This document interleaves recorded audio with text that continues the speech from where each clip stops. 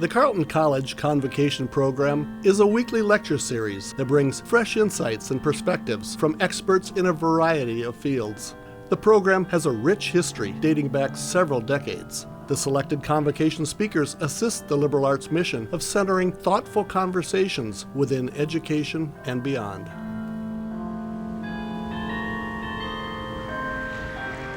Thank you. Good morning, everyone. My name is Max Srota, and I'm a junior political science major and philosophy minor here at Carleton.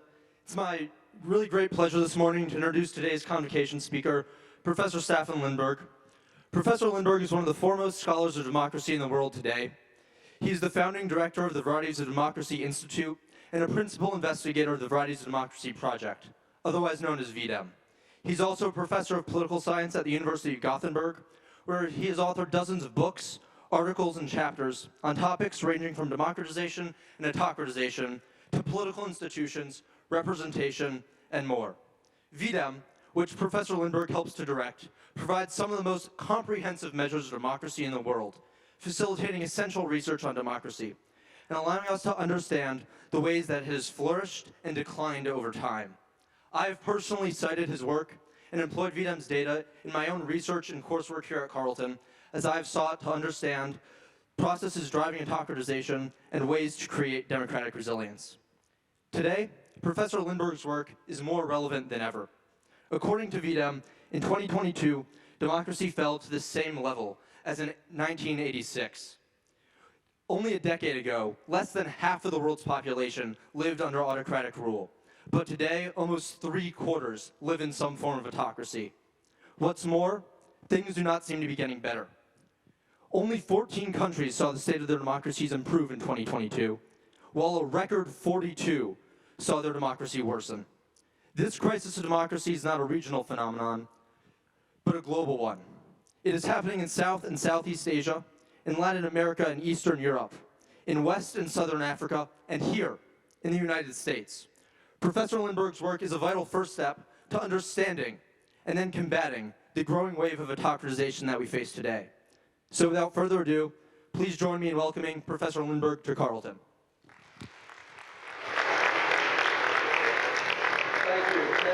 Thank you so much for that, I would say, too kind introduction. It's a pleasure to be here today to address you at this convocation.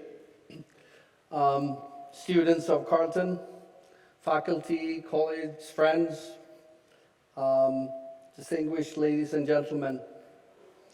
For the students, and maybe others as well, I would like to start with some remarks that are more personal reflections.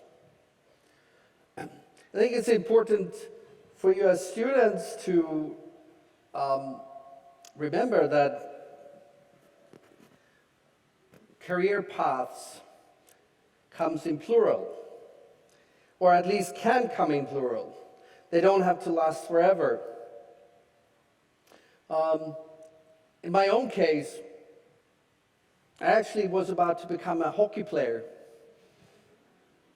I played at elite level in Sweden, up and as a sort of level below the adult teams. We call it junior, but and I got my knee injured, and that sort of gave me time to reflect and decide I wanted to do something else after all. Then I ended up in high school doing a lot of theater, and actually had a career for 6 years, then as a youth actor, then sort of runner, and then eventually stage manager and director assistant for film, TV shows, and some theater plays. And it was fun. It was good money in the TV business. But it wasn't enough in terms of, sort of, for me, in terms of for lack of a better word, this pretentious save the world, right? And in between, there, mixed in between, I also had a stint as a leader of a youth movement. And that engagement, I guess, goes back to this. This is the Berlin Wall, when they started building it. At this time, my father was a young man. It imprinted on him. He came to spend most of his life with, well, he went down that, as many of you maybe will, or some of you will do the go to law school path. But then ended up using that to, broadly speaking, promote justice in Sweden and abroad. And then this is also the Berlin Wall, 1989, 7th September, November. Many of you, well, you, the students, you were not born at this time, I guess, so, but it feels like a recent past to some of us who are a little bit older. The youth movement that I was one of the leaders for, we started a few years earlier. It had, some others have started back in 87 and so on, but I worked with it 88 and 89. And what we eventually did was we set out to challenge, at the time, Gorbachev's perestroika and glasnost, and say that we, the young people, we don't accept that there is an Iron Curtain. We don't accept that you have created the old generations, you have created a world for us where we cannot meet and be friends with other young people on the other side of that wall. So it was called Next Stop Soviet, and in September 1989, we had 356 projects. Could be rock bands playing together from Nordic countries together with some Soviet youth and playing together in different places in Soviet Union. We arranged demonstrations and we did a whole bunch of things that you couldn't do in Soviet Union typically to tear down that wall. And trying to do something about the world that was about bringing basic human rights and democratic freedoms to us as young people across. Now today, there are new walls being built up. I'm sure you've heard about people talking about the new Cold War or a multipolar world. With guys like these, Chavez, now deceased, Erdogan in Turkey, Orban in Hungary, of course, big guy up there, Putin in Russia, but all part of this, what we have labeled a third wave of autocratization, where human rights, especially for women, and democratic rights are being challenged, undermined, and people are being divided up increasingly, both within countries, in us versus them, between countries, in enemies and allies. I see the challenge to democracy in the world as part of this,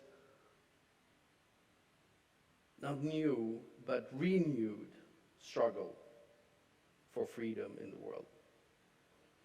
At the Institute, every year we write this democracy report. This is the last year's democracy report, Defiance in the Face of Autocratization. Oops. And I'm going to give you some highlights here today. And I think the introduction here sort of tried to talk about that, what defiance can mean in a different way. What you can do to show defiance. This is weird. Okay. Hello? Oh. Okay, you have to bear with the mic. So, where are we in 2022? We're here. We're back to where we were before I was young and did that Next Stop Soviet. 1986 was the year when Gorbachev and Ronald Reagan met in Reykjavik to discuss the end of the Cold War. Here's how the evidence looks like. So this is a graph showing you with our liberal democracy index the development the last 50 years. The black line there in the middle is the average for the world. And then different regions, and you can see these all downward trends and this big downward trend in the world. This is, if you draw a line like this back, you end up in 1986. This is our population-weighted measure. So, countries in the world, their level of democracy, average but weighted for the size of the population. A lot of the time you see graphs over different things, including democracy, over time by country averages. So just the countries, average, straight. That's also weighting. It's weighting the average based on that a territory has a government, one government. It also means, for example, that the Seychelles, with 90,000 inhabitants, get as much weight in the average as India, with 1.4 billion people. And that's fine for certain purposes, but if we want to know how much democracy there is in the world, I think Seychelles matters a little less than India. And after all, democracy is ruled by the people, so it matters how many people are affected by a certain level of democracy. Right? So that's what you see here, and by this, that explosion of democratic rights and human rights and freedoms that we saw, especially after the end of the Cold War in the 90s, has just been, on a global scale, eradicated. Of course, some countries are doing better today than they were in 1989 or 95 or whatever year you want to pick. But on the global scale, this is how it looks. We can take the same data and we can divide it. It's the same underlying data, but then divide it in, or sort of use it to categorize country into these, what I think is now largely sort of standard categorization in comparative politics, at least. So closed autocracies, if you think of Saudi Arabia, North Korea, that sort of thing, or electoral autocracies that hold multi-party elections, but either the elections are not good enough, or the surrounding environment that make the elections meaningful, like media freedom, freedom of speech, civil society can be free and act, and you can have demonstrations and that sort of thing. That's not good enough. So they try to look like democracies, but they are not. Think Turkey today. Even though the prime minister of my country has declared that Turkey is a democracy, and I don't know what data they look at. Has something to do with the NATO process, I think. But, and then you have electoral democracies, sort of they are okay, and then liberal democracies, really good democracies. Okay, so then the data looks like this. It's sort of similar. So 1972 again, this big drop in the closed autocracies. They used to be the most common regime type in the world. The world used to be in the 70s full of closed dictatorships, right? And then they were almost getting extinct, right? We were going to put them on the red list to save them. But now they're picking up again, and meanwhile the number of liberal democracies are going down. And much of what happened in the 70s, 80s, 90s, the world got a lot of electoral autocracies. And if you put these two types of non-democracies together, then 72% of the world population live in those countries. 72%. Okay. It's affecting all aspects of democracy, no matter how you define it.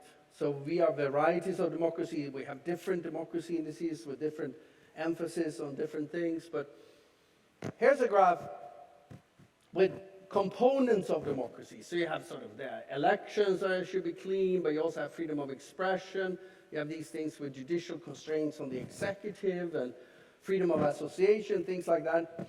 So this graph shows the number of countries 10 years ago, at the end of 2012, number of countries the last 10 years that had been either improving on these components or declining. All statistically significant changes and so on. So clean elections, for example, in 2012 had been improving in 24 countries and only declining in 8. So if you're above that diagonal line, right, things are getting better in more countries than in getting worse. That was 10 years ago. Now look at the situation today at the end of 2022. Boom. Below the line. And worst of all out there, freedom of expression. That's also where you have media freedom and deliberation, the quality of debate, respect for counter-arguments, respect for your political opponents. You can think, I usually say, this is America, but I'll say it anyway. I usually say that if you think of Donald Trump, he's sort of the antithesis of deliberative democracy. Okay? This also gives you an indication of where often wannabe dictators start. Freedom of expression, media, and use of freedom of expression. Okay. And look at the countries that are in change. The countries behind these figures. First of all, we notice this. We now have a record number of countries that are autocratizing. 42. The data looks like this, again, for the last 50 years. So the blue line here is democratizing countries, right? So at every year, looking 10 years back, which countries have been improving or declining. Up and wrong button. And here's the democratizing countries, right? And here's the end of the Cold War, and it goes up, and it's like 71 countries at the same time. That's the time we were happy, right? You remember that time? We were looking forward to the future. Like, democracy was expanding everywhere. Boom. Down to 14. It's less than 2% of the world population live in those 14 countries. They're tiny, small countries. And meanwhile, here, number of countries autocratizing, the end of the second wave of autocratization, and then down was almost nothing, and then Chavez and Putin started, and then more and more countries, and look at this trend now up to 42. And you have 43% of the world population living in countries going back on democracy, up drastically in this last 10 years. And in view of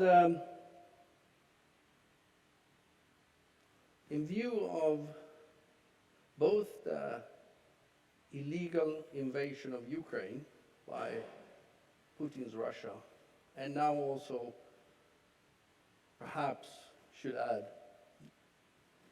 the war between Israel and Hamas, this will happen. We will have more armed conflict. We know that. Where's the IR faculty? Here you go. Immanuel Kant, right? The theory of democratic peace. Democracies don't fight wars with each other. And that's been shown over and over again now also with the V-Dem data. It shows the same results.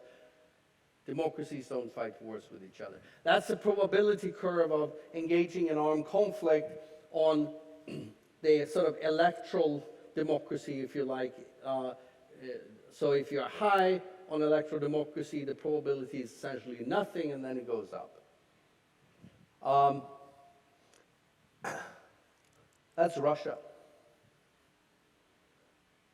before Putin came into power, and then when he invaded Ukraine.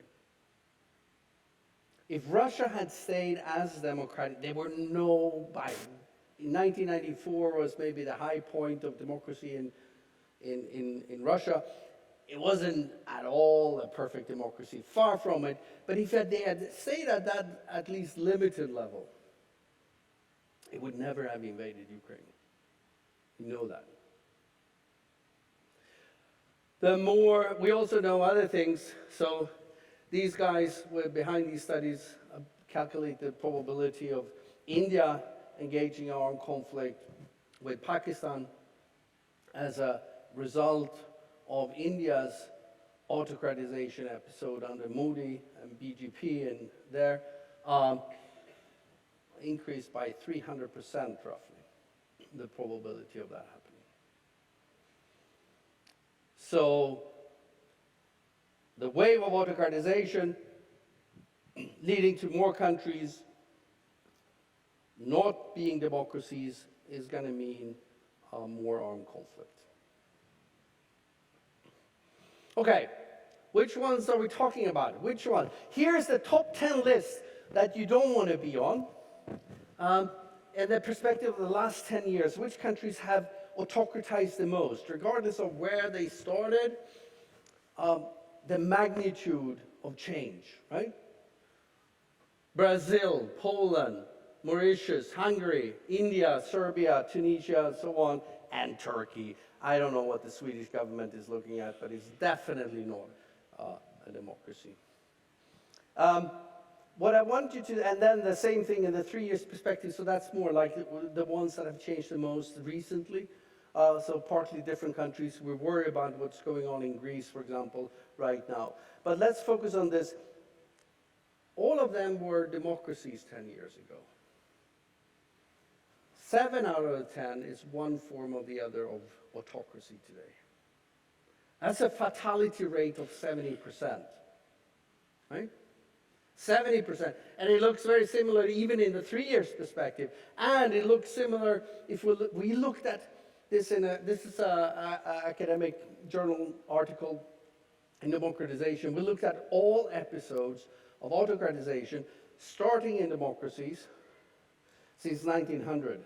No matter how we slice this data, 77% lead to democracy breaking down. So just a statistical probability that if you start an episode of autocratization, you will survive as a democracy is very slim, which should be of special concern, not the least for you and this country, because you have had an episode of autocratization. It's sort of maybe paused a little bit. But we've seen that before, sort of. So I'm worried. I think you should be worried. Now, we also look in this year's report on the relationship between disinformation, polarization, and autocratization. And we've looked at this in different ways actually in the last 3 years' reports. I'm going to show some evidence from both, from all three. Here's from the latest year's report. So the graph here is about spread of disinformation by the government. So only the government. Comparing countries 2012 to 2022. If you're above the line, things have gotten worse. There is more spread of disinformation. And the red marked countries are autocratizing countries, right? And then you have the same for political polarization. 2012, 2022, above the line it's gotten worse. Red countries are autocratizing, right? So you can see where those are. And how many countries in the world where this is getting worse. And then the pattern with its relationship to autocratization looks something like this. So here are 5 of the top 10 autocratizing countries. And you see indicators of polarization here go up, and then democracy goes down. This also shows out in things like this, sort of simple comparison of means. Autocratizing countries, yes. Government disinformation, polarization go up. In democratizing countries, it goes down. Now, this kind of evidence, then along now there are, I don't know how many comparative case studies of countries that are autocratizing and this with polarization and disinformation. It tells me a story. Wannabe dictators and autocrats who want to make things even more autocratic, they spread increasingly disinformation.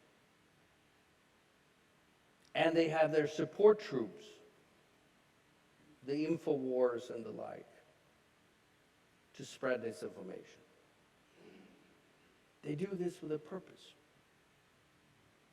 They know it works. It works to increase polarization. Because when you have polarization up, and you know this in your country, to a level that we've labeled toxic polarization, the point where you can start to talk about your political opponents as enemies of who we are. Enemies of our way of life. Have you heard that? Here comes it. Enemies of the nation. Because what do you do with enemies of the nation? Well, you can start with, like Erdogan used to do in Turkey, close down their media and civil society organizations. Putin liked to kill some of them, just to make an example. Enemies of the nation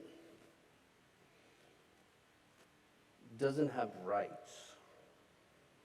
And you are entitled to curtail their rights and freedoms. That's the beginning of autocracy, ladies and gentlemen. And they know it works because if they can make you feel afraid of the other side and that they are enemies of the nation, and you become fearful of them undermining everything that you cherish, and then you will start to support the leader undermining those rights and freedoms for those people.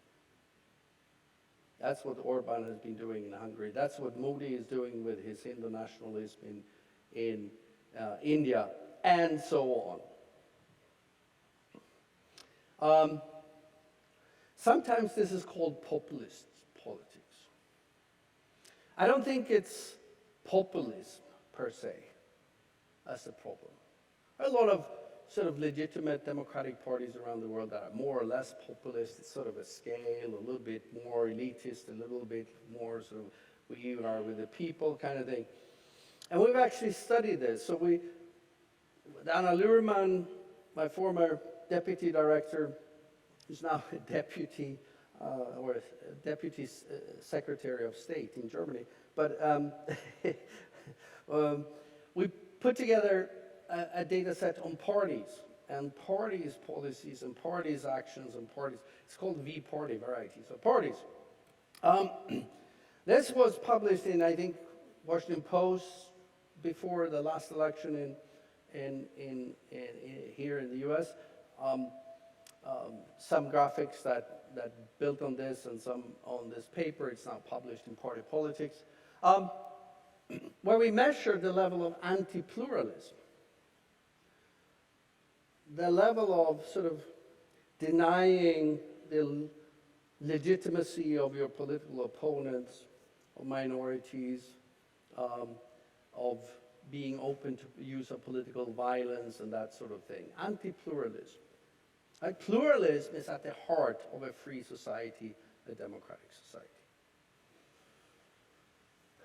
So here's some example with PiS and Fidesz and BJP, AKP, and their development over time becoming more anti-pluralist while not shifting on the left-right sort of economic policy scale at all. And these countries, these parties, when they come into power, and then they start to derail democracy. So on this side, you have the electoral democracy index, and here the level of pluralists become more anti-pluralist, and then democracy levels go down. It shows up in sort of more statistical analysis, advanced analysis as well, very clear relationship between anti-pluralism and those parties exhibiting those characteristics, and then if they come into power, they undermine democracy. Here is JOP in the same scale, leading up here to the last elections. And by our measures, the United States also have the same pattern with a polarization and spread of disinformation going up and liberal democracy index going down. It's not radical like Turkey or India, but it's statistically significant.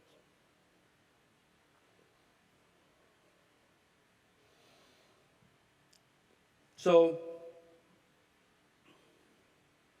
especially for the maybe students here at Carleton,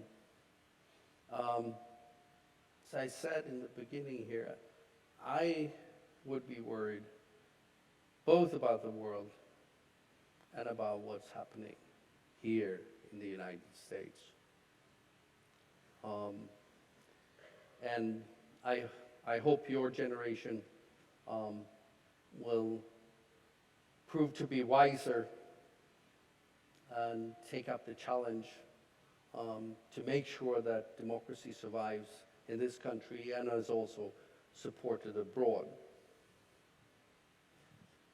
Because if we leave this report in the last few minutes here, we could also ask ourselves,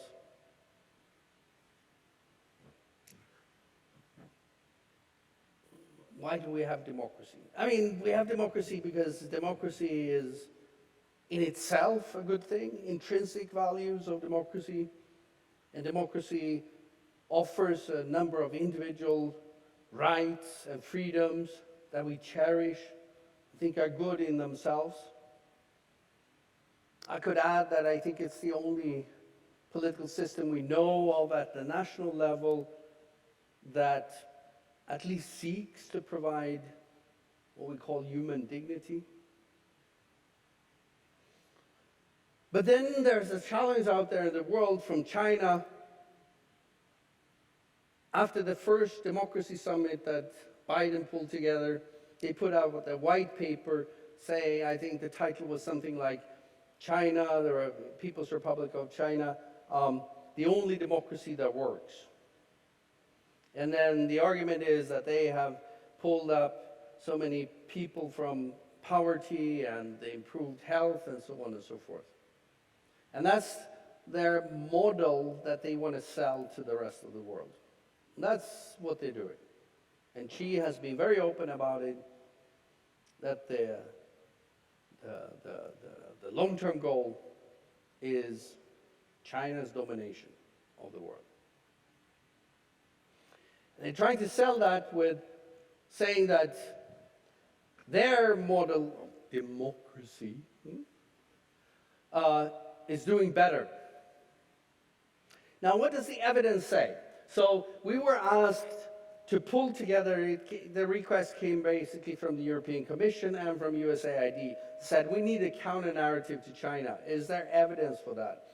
So I pulled together my team, and we spent a couple of years looking through the literature, mainly not political science literature, medicine, public health, economics, climate change, go down the line, in the top journals of the world, and the best sort of rigorous studies that we could find, and pull together and see what they say across a number of issues. And there's some good news. Well, the bad news I already talked about, which is that the autocratization will lead to more wars.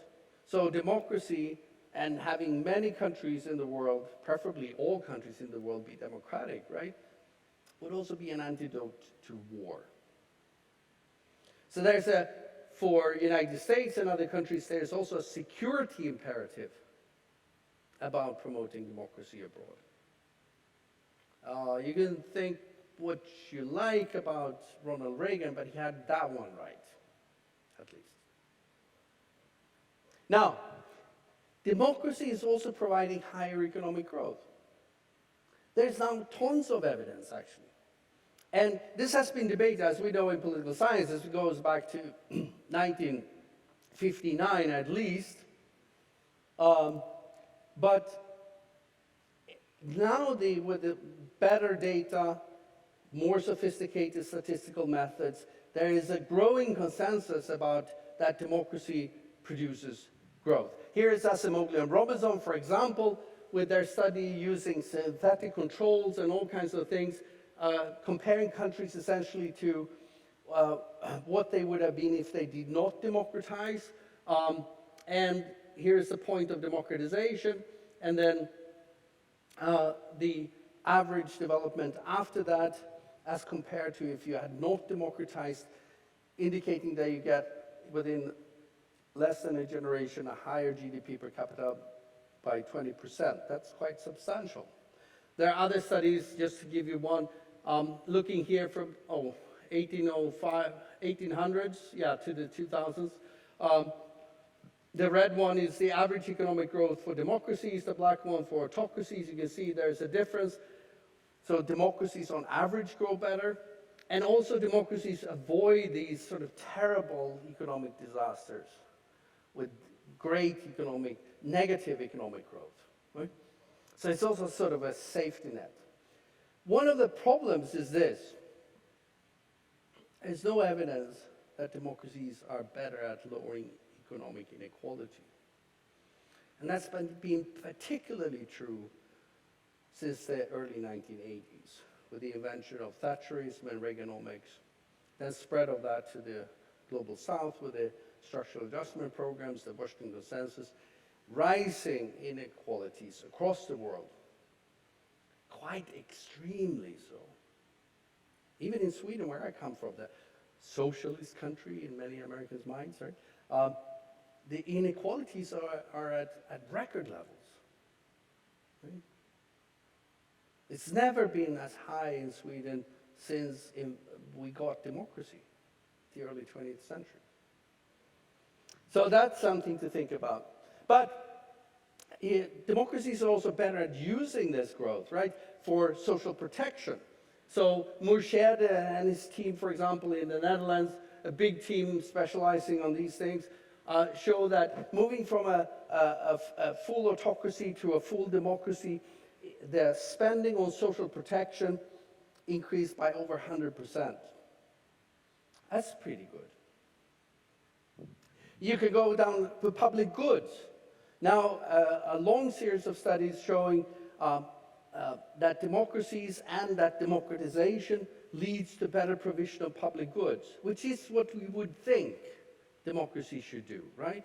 If you don't have access to electricity, you don't have access to safe water, and so on, you should vote for people who actually do something about that, if that's a concern for you. And if they don't, you should throw the rascals out, right? And that's happening in many democracies across the world. Here is one piece of evidence. This is from a study looking at internet access with democracies and non-democracies. You can see there that big difference. Democracy is also good for human health. And these are some studies, for example, in the Lancet, the top one, and the other one is from the British Medical Journal. Now an increasing body of literature showing with very advanced statistical modeling, independent causal effects of democracy, that for many health outcomes actually greater than increases in GDP per capita, which has otherwise been thought to be the main driver. Life expectancy, but also that autocratization has the opposite effect, right? Here's one example of the results with the life expectancy after a democratic transition compared to having no transition, right? And when it comes to infant mortality, the effects are almost astonishing. Moving from a really bad autocracy to a really good democracy, infant mortality on average declined by 94%. 94%. That's kind of substantial. And democracies are better at providing an advanced education. Again, lots of evidence. Here is some examples with education enrollment and average years in education in autocracies versus democracies. This goes especially for countries in the global south, for example, in Africa and in the rural parts of Africa. So where education, access to education should be sort of greater concern among the many things we can be concerned with as parents for our kids, if education is really terrible or hard to access and so on, then it should be sort of higher on the priority list than if, well, you know, there are many good schools around. And that's what's borne out in the data, right? The more education is sort of a challenge, the higher priority it's got, then the greater the effects also are of having democracy on providing that education. Autocrats don't have to care about your education, right? But again, it's hard to say anything about the quality, so this is about sort of volume. But that's partly because measuring quality of education is really, really difficult, especially across countries. So it's not clear whether this sort of non-result is because of sort of issues with the data and being comparable or that democracies are not doing better there. Democracies provide better gender equality. That's almost per definition, right? Democracy is about political equality. And in the modern world, that includes political equality for women. Congratulations. Great. That's a good thing. So in terms of political empowerment for women, representation for women, and so on, democracies do far, far better. But even with climate change, there's now growing evidence that democracy actually has positive effects. For example, on the Paris Accord, democracy's commitment to mitigate, fight climate change is corresponds to a difference in minus 1.6 degrees globally. That's kind of big. There's also this, studies showing sort of emissions for democracies going down, going up for autocracies, and that sort of thing, but also that democracies are better in the sort of smaller scale on implementing actual mitigation policies to do things like improve air quality in cities and that sort of stuff. So there is a growing body, also in the climate science community, looking into this and showing that democracy actually has dividends. We collected all this in a series of policy briefs because this was directed at not the academic community so much, but at the policy practitioner community. And they are available on the website, just like the Case for Democracy report that we then pulled everything together and presented, that was launched in DC here in March this year. So that's the counter-narrative to China. China, in the last 30 years or so, is a historical exception among autocracies. Autocracies, typically, if you think of it as, okay, you could choose whether to be autocracy or democracy. Choosing autocracy, you're much more likely to end up like Democratic Republic of Congo than China or Singapore. And China, by the way, their autocracy wasn't that successful under Mao Zedong, for example. And it's increasingly looking not so successful right now when Xi is going back to things that remind more of the Mao Zedong era. So, democracy is not only good because of the freedoms that we get in a democracy, but those freedoms and our exercise of those freedoms, if we exercise them well, also have real effects on what the elected leaders actually do in office in terms of sort of providing things from economic growth, public health, public goods, and mitigating climate change. So that's part of the good news. I wanted to have some good news here in this as well. So everything we do is available on the website. Here's the website. And for those who are not inclined to download 32 million data points and OPO statistical software, we have these online tools that you can also use to access the data, graph your country, look at the indicators you want, the indices you want. And on that note, let me say thank you for listening, and I look forward to the Q&A. Thank you.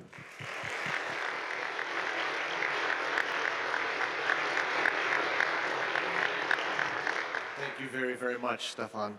As Dr. Staffan mentioned, I had to say it, we will have Q&A in a moment.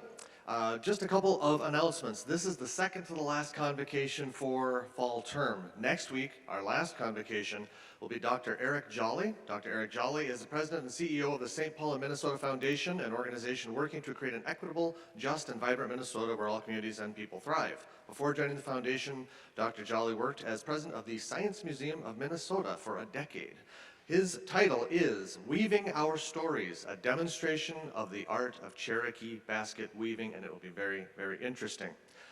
We will have if you RSVP'd for lunch, we look forward to seeing you. Lunch will not be at the AGH, it will be at Great Hall. If you did not RSVP for lunch, yes, we have a few seats at the table. Please come see me afterwards. We would love to have you join the conversation and join in the lunch.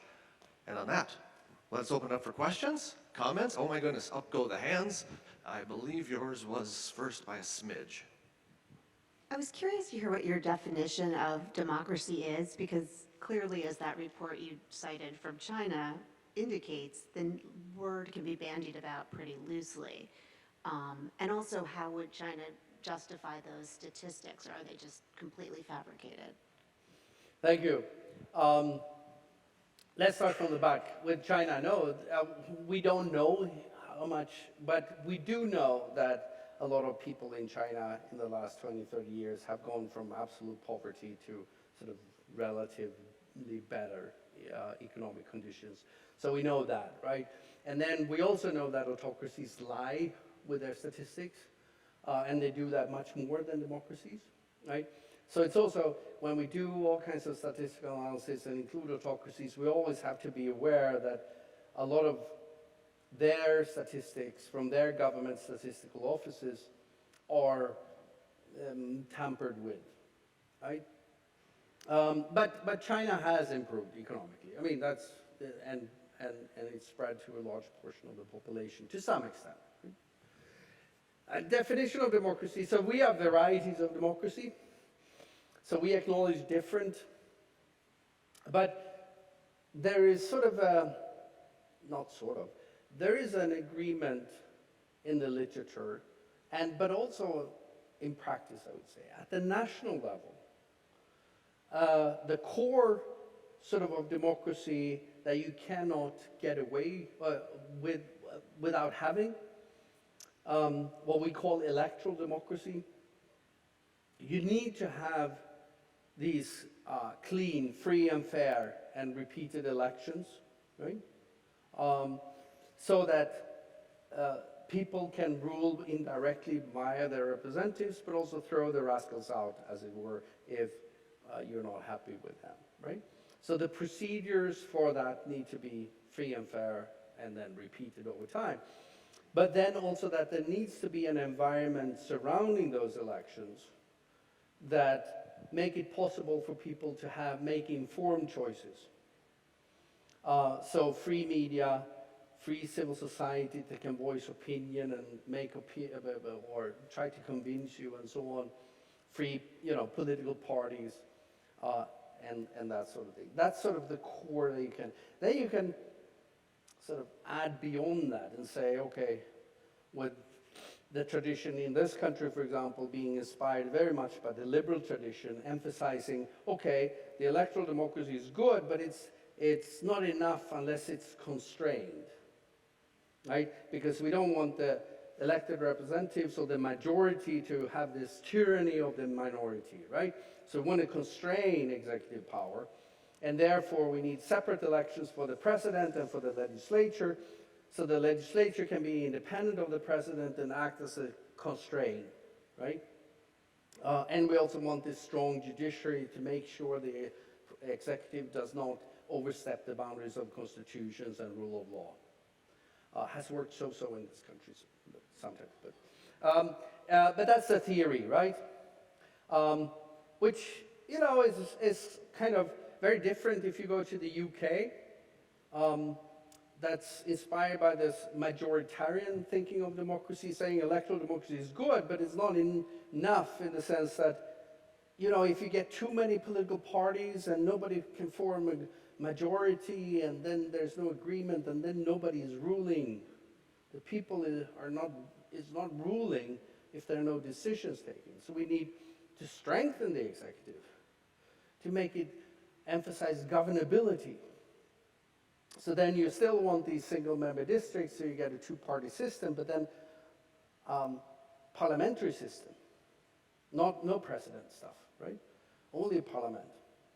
Because with the single-member districts, and you typically get then disproportional outcomes. So in England, typically with 40% of the votes, that party would get like 60% of the seats. The prime minister brings a bill to the House, it will pass every time. No questions asked, right?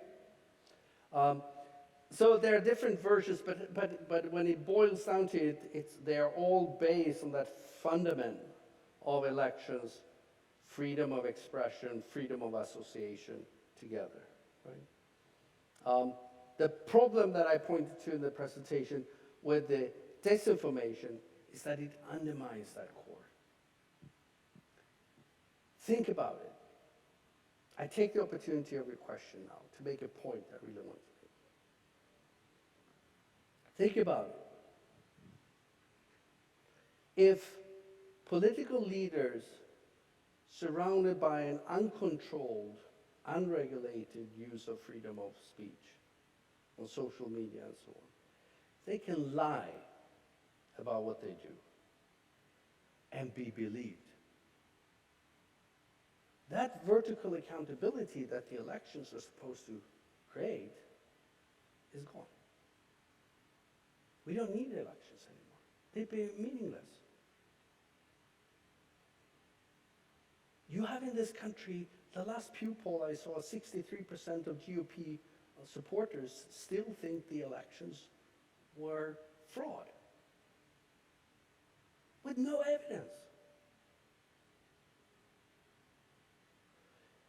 To the January 6th Commission, I summarized that big argument in my testimony to them with this: democracy dies with the lies.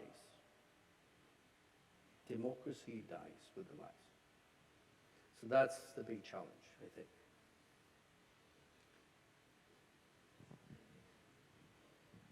Hi, thank you for your talk. So I know in some of your recent work, you've asserted that autocratization is becoming more gradual than it had been like after the Cold War. And I was wondering if you still hold that to be true, even with the massive increase in coup d'etats in the Sahel region in Africa in recent years, and more instantaneous declines in democratic quality. Mm-hmm. Yes, I still think it's true as a general trend. Well, the data says it's still true. So when it comes to that, I don't believe or think, or I speak about what the data says. Right? The data says that autocratization in this third wave is still much more incremental, gradual, and takes time. It took Erdogan about 10 years to do away with democracy in Turkey. Right? About the same for Modi in India. We can go down the line. And it's still going on sort of gradually, incremental. One norm after the other, one journalist after the other, one civil society organization after the other. Then, my interpretation of the coups in West Africa, maybe you can throw Burma, Myanmar in there as well. And there has been an increase in the last few years, right? My interpretation is more like, okay, so there are some actors now that feel less constrained. Okay? So they can take more bold action. They are still a minority among the countries. The vast majority of countries still have this sort of more incremental process. And military coups are not at all yet, at least, dominant in this way they were in the 60s into the 70s, right? But it's true that they've started to reappear in a way that we didn't expect. Now, a lot of them are in West Africa. West Africa has its own now current challenges with terrorism, Al-Qaeda, affiliated groups spreading across the Sahel, being supported from the Gulf countries, and that development is really concerning. And then you also have parts of the international drug traffic that have been going through places like Guinea increasingly and so on. So they're contributing, I think, factors to what we're seeing in West Africa. But the overall picture is still that we're facing this wave that is sort of chipping away of democracy. And on that, I'm afraid that is actually our time for today. That doesn't mean it has to be the end of the conversation. If you'd like to continue the conversation, join us for lunch. We'll keep talking. In the meantime, thank you very much, Staffan. Thank you all for being here. That concludes today's convocation.